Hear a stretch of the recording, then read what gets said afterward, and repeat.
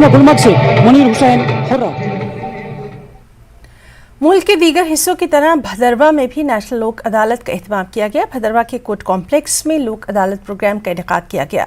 District legal service authority की क़यादत में खास प्रोग्राम का इनेकाद किया गया। इस दौरान 1500 से जायद ज़ेर इल्तिबा मुकदमात की यकसुई की गई। Ramesh Lal, secretary district legal service authority, ने बताया कि डोडा, ठाटरी और गंदों में भी लोक अदालत के तहत इजाफी बेंचेस लगाए गए ताकि अवाम के मसाइल को आपसी मुफाहमत के जरिए हल किया जा सके।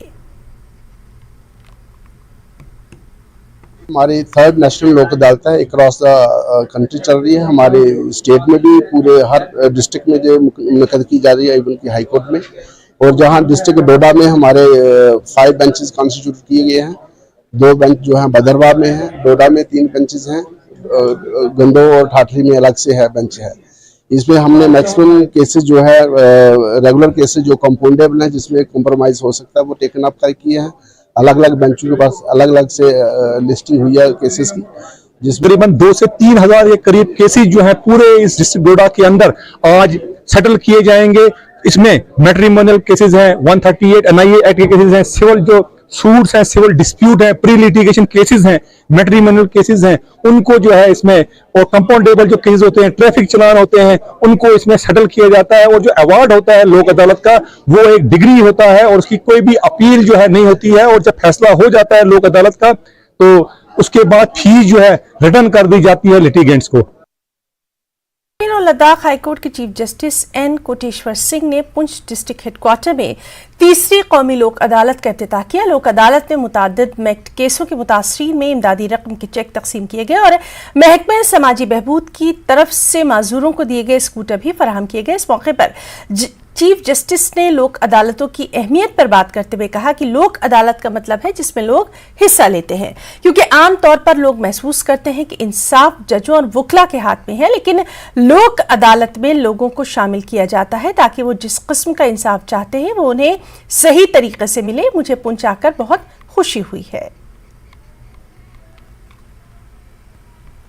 मिनिस्ट्री ऑफ पंचायत राज ने कहा कि Poonch is one of the most backward districts.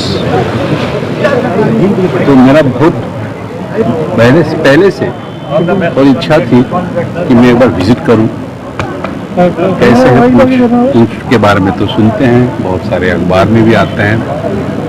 तो मुझे अच्छा लगा कि इस दिन हमारे लोक अदालत के नेशनल लोक अदालत, जब क्योंकि सारे देश भर लोक अदालत मनाया जा रहा है। लोक अदालत का मतलब यही है कि लोग, ordinary people, get involve in the legal process. जैसे मैंने कहा था कि लीगल प्रोसेस हम समझते हैं कि लॉयर्स और जजेस के हाथ में है, और जज क्या फैसला देंगे अंत तक पता नहीं चलता। लेकिन इसमें लोक अदालत ऐसा एक सिस्टम है जिसके जरिए लोग अपना क्या फैसला चाहते हैं, उसको सबसे अच्छे से अच्छे फैसला को निभाने के लिए, प्राप्त करने के लिए एक माध्यम बन जाता है। इसलिए मैं समझता हूँ कि जब आज जो पुंछ के लोगों को भी एक मौका मिलता है, सारे देश भर जो एक मूवमेंट चल रहा है लीगल सर्विस अथॉरिटी के माध्यम से, लोक अदालत का एक बहुत महत्वपूर्ण डेवलपमेंट है। तो मुझे बहुत अच्छा लगा यहाँ पे देख के। यहाँ पे बहुत अच्छे हैं। मैं कोशिश करूँगा और जाके समझने की कोशिश करूँगा बार के मेंबर से, जुडिशरी से बात करके क्या क्या प्रॉब्लम्स हैं। और as a chief justice of the high court, I will certainly try my level best to see that the problems which are affecting the legal dispensation, the justice dispensation machinery in the state is improved, in the district is improved. आज यहाँ पर पुंछ में national लोक अदालत का जो है यहाँ पर जो है इनेकाद किया गया, आप जिसमें honourable chief justice of Jammu and Kashmir Shri N Koteshwar Singh ji ने यहाँ पर भाग लिया। डिस्ट्रिक्ट लीगल सर्विस अथॉरिटी की तरफ से ये प्रोग्राम कंडक्ट किया गया। बड़े स्केल में लोगों ने इसमें पार्टिसिपेट किया है। लगभग 8 MACT केसेस जो यहाँ पर डिसाइड किए गए, उनमें चेक्स दिए गए। उसके अलावा सोशल वेलफेयर की तरफ से यहाँ पर लगभग 20 के करीब सिक्योरिटीज़ दी गई हैं, जो भी लोग मुस्तहक थे उनको दिए गए। उसके अलावा रेवेन्यू कोर्ट से, लेबर कोर्ट से जो केसेस सेटल हुए हैं उनके भी यहाँ पर जो चेक्स दिए गए हैं। तो ऑनरेबल चीफ जस्टिस का यहाँ पर एक ही संदेश था कि जस्टिस एट डोर स्टेप, कि गवर्नमेंट ऑफ इंडिया ने लीगल सर्विसेज अथॉरिटी एक्ट जब से बनाया है तो आम आदमी को कैसे जस्टिस दिया जाए वो पूरी प्रक्रिया जो है इस लीगल सर्विस अथॉरिटी एक्ट में है। और जगह जगह पहले लोग जो हैं ये कंडक्ट कर रहे हैं कि इससे क्या हुआ कि जो करोड़ों केसेस पेंडिंग हैं वो एमिकेबली सेटल हो रही हैं। विन विन सिचुएशन के कारण लोगों में उत्साह है। आप देख रहे हैं ऑनरेबल चीफ जस्टिस जो है खुद लोक अदालत में आ रहे हैं। तो इसका ये मतलब है कि जो सिस्टम प्रोवाइड किया गया है, ये जो एक मैकेनिज्म प्रोवाइड किया गया है लोक अदालत का, इससे लोगों को बहुत बेनिफिट हुआ है। हम ग्रेटफुल हैं honourable chief justice of Jammu and Kashmir के, उनने के डिस्ट्रिक्ट पुंछ जैसे बॉर्डर एरिया में आकर जो लोगों को प्रोत्साहन किया, उत्साह दिया और उन्होंने जो लेक्चर दिया वो लोगों को दिल से कनेक्ट किया। खबर शोपियां से है, जहां मेरी माटी मेरा देश प्रोग्राम के तहत शहीदों के अहले खाना से मिट्टी वसूली गई। बीजेपी के जिला सदर मोहम्मद यूसुफ भट्ट और दीगर ने शोपियां और जैनपुरा के कई इलाकों का दौरा किया। इस दौरान आवाम से मिट्टी वसूल की गई।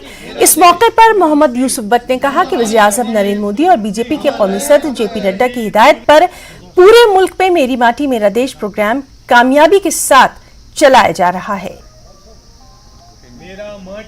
मेरा माटी मेरा देश, तो जितने हमारे वीर जवान शहीद हुए उनके घर हम गए आज, उनके साथ बिल्कुल हमने उनके घर में वो मिट्टी भी लाई है, उनके साथ भी यकजाती भी की कि हमारे जवान जो है उन्होंने जब शहादत दिया, अपने देश के लिए कुर्बानी दिया है, इनका नाम तो जिंदा ही रहेंगे।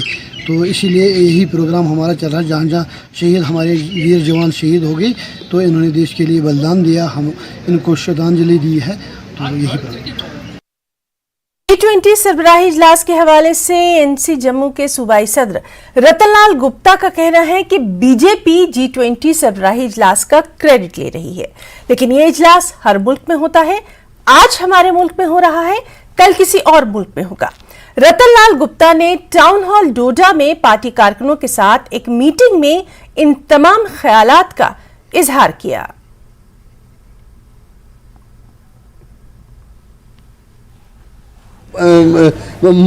बातें कहती है कि साहब हम ये हमारी वजह से हुआ, ये रोटेशन है। तो फिर इंडोनेशिया में जो पिछले साल था वो भी उनकी वजह से था, या अगले साल जो नए प्रेसिडेंट मुल्क के पास G20 की सदारत जाएगी, क्या वो भी इनकी होगी? मैं समझता हूँ बीजेपी वाले हर बात को तूल देने की कोशिश करते हैं। जो कहते हैं कि साहब मुझे बताइए, जब ये इन्होंने अपने मैनिफेस्टो में कहा कि साहब हम 15-15 लाख रुपए हर एक के अकाउंट में जमा करवाएंगे, जिन्होंने कहा था कि हम हर साल 2 करोड़ नौकरियां देंगे, क्या दी है? ये जुमलेबाजी करने से मुल्क के हालात ठीक नहीं हो जाते। मुझे आप बताइए कितने % गुर्बत जो यहाँ से ऊपर उठी है। बीजेपी तर्जुमान RS पठानिया ने नेशनल कॉन्फ्रेंस के G20 को लेकर दिए गए मुतनाज़ा बयान पर पलटवार किया और कहा कि नेशनल कॉन्फ्रेंस ने हमेशा दोगली सियासत की है। उन्होंने कहा कि भारत के हर बाशिंदे को G20 की मेजबानी पर बेहद फख्र होना चाहिए। उन्होंने ये भी कहा कि जम्मू कश्मीर की सियासी जमातें बीजेपी से घबराई हुई हैं और बौखलाहट में ऐसे बयानात दे रही हैं। G20 ना सिर्फ भारत, ना सिर्फ एशिया, बल्कि पूरी दुनिया की आवाज, दुनिया का एक्शन प्लान और दुनिया का एजेंडा।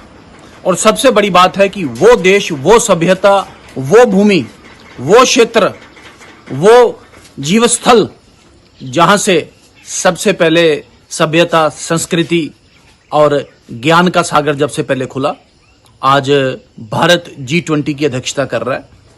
सबसे पहले हर देशवासी को मुबारक, हर देशवासी को गौरवान्वित होने के लिए बहुत बड़ा कारण है।